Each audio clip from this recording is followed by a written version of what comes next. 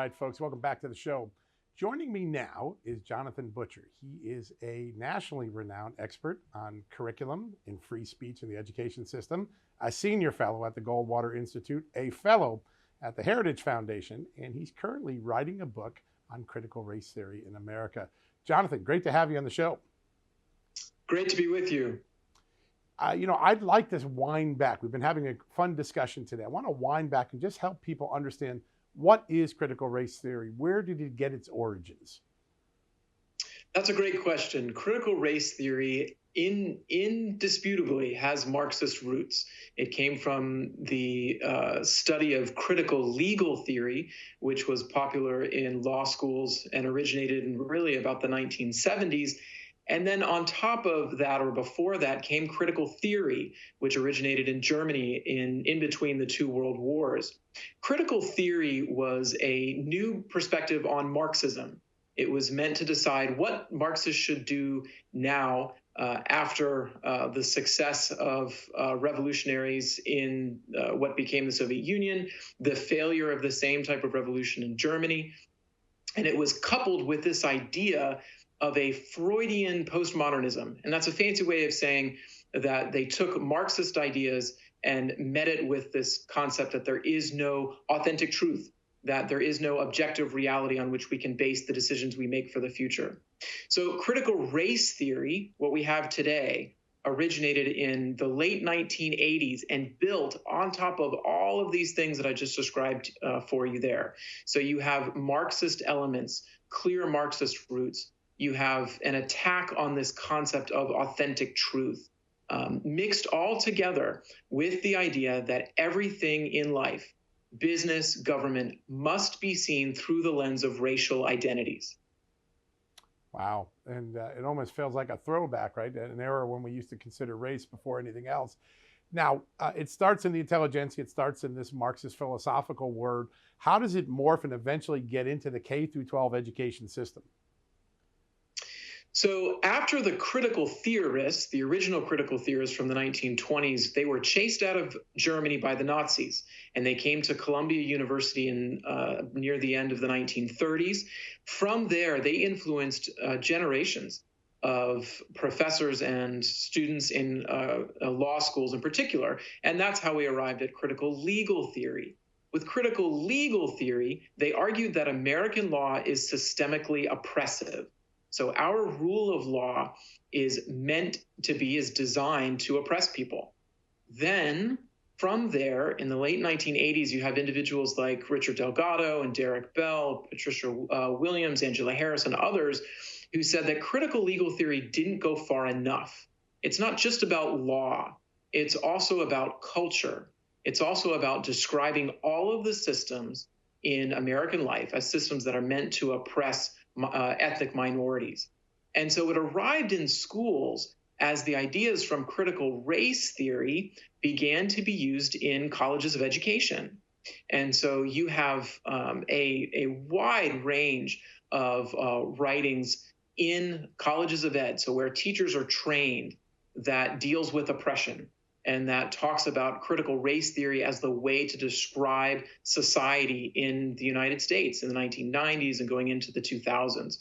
So as you have legal scholars who then say it's not just enough to change law schools, they move into colleges of education in particular, and they begin to change what teachers are then imparting to students.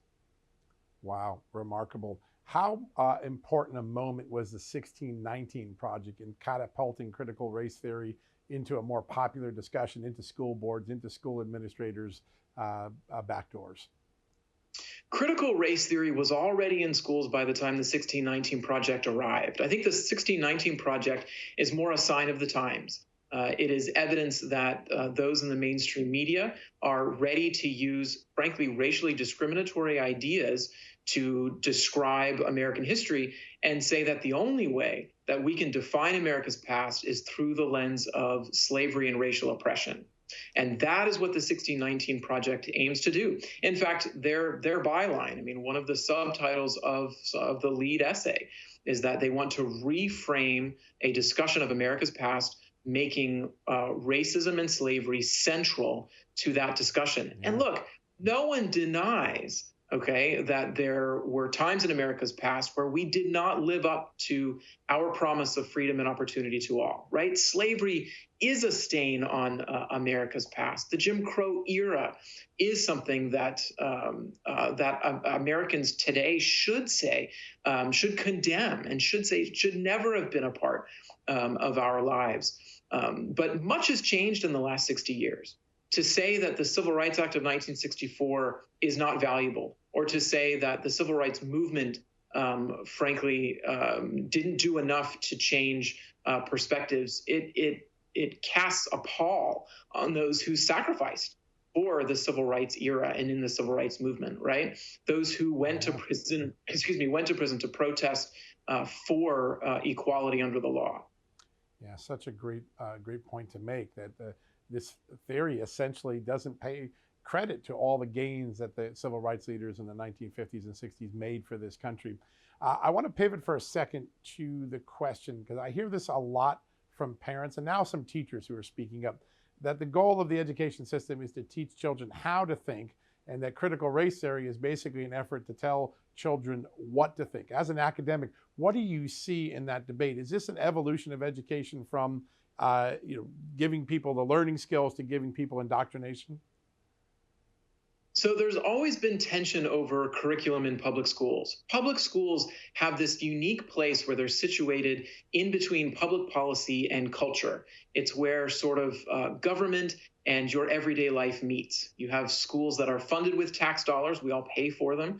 And you have this training, this effort to develop students into be participating members of civil society later.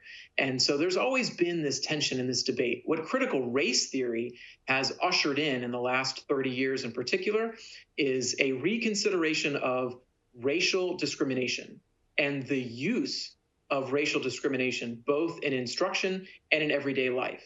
And I don't think there's anything that recognizes this more or is symbolic of this more than the writings of Ibram Kendi, who now, famously in his book, How to Be an Anti-Racist, said, the only way to prevent future discrimination is with present discrimination.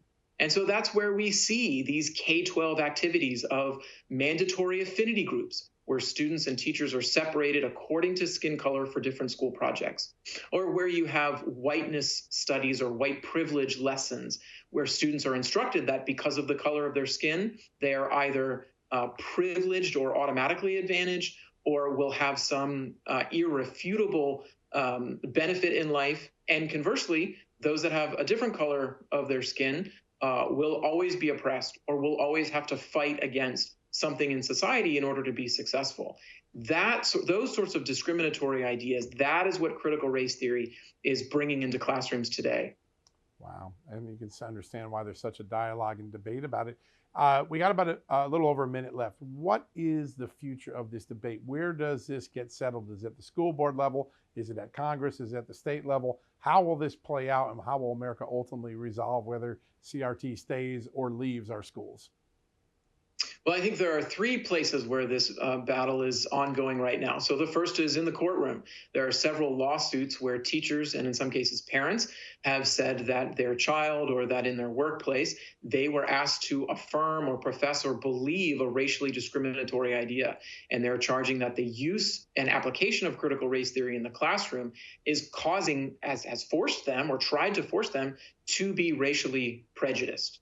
So there are ongoing court cases about that now. Second is at the school board level, like you mentioned. Parents are standing up and speaking out and saying that what their children are being asked to do, what they are asked to apply in the classroom, are ideas that are racially biased, and they want nothing of it.